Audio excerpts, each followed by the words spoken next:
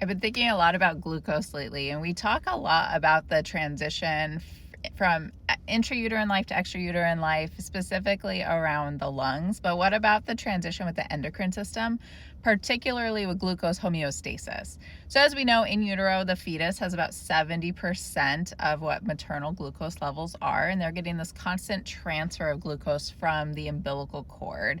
But once the cord is clamped, that supply of glucose suddenly stops. It's abrupted, and now they have to suddenly regulate their own glucose levels.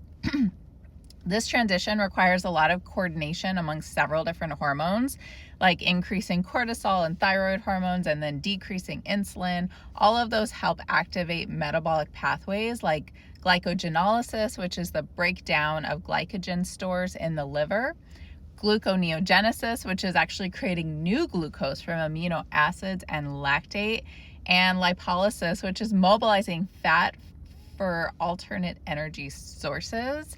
But these pathways take some time to fully activate and fully integrate for that newborn, so they experience a normal physiologic nadir, or a low glucose level, during the first 1 to 2 hours of life.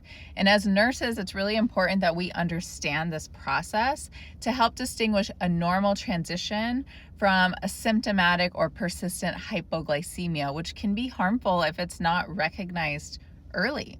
So what do we do if we do have a hypoglycemia, especially if they're symptomatic? Well, of course, we have to support the babies based on our hospital policy. So that could be supporting breastfeeding, using glucose gel, supplementing with donor human milk or formula, depending on what your hospital has, or of course, using intravenous dextrose, whether it's a bolus, a 2 ml per kilo bolus, or a continuous infusion.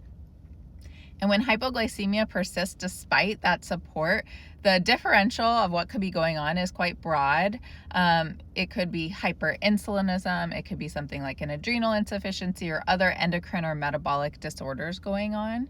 So recognizing the physiology behind newborn glucose regulation helps us as nurses intervene quickly and appropriately to protect the brain and support that transition and ensuring that every baby has a good start in life. I hope that you found this helpful. Follow me for more NICU education and ask me what your questions are.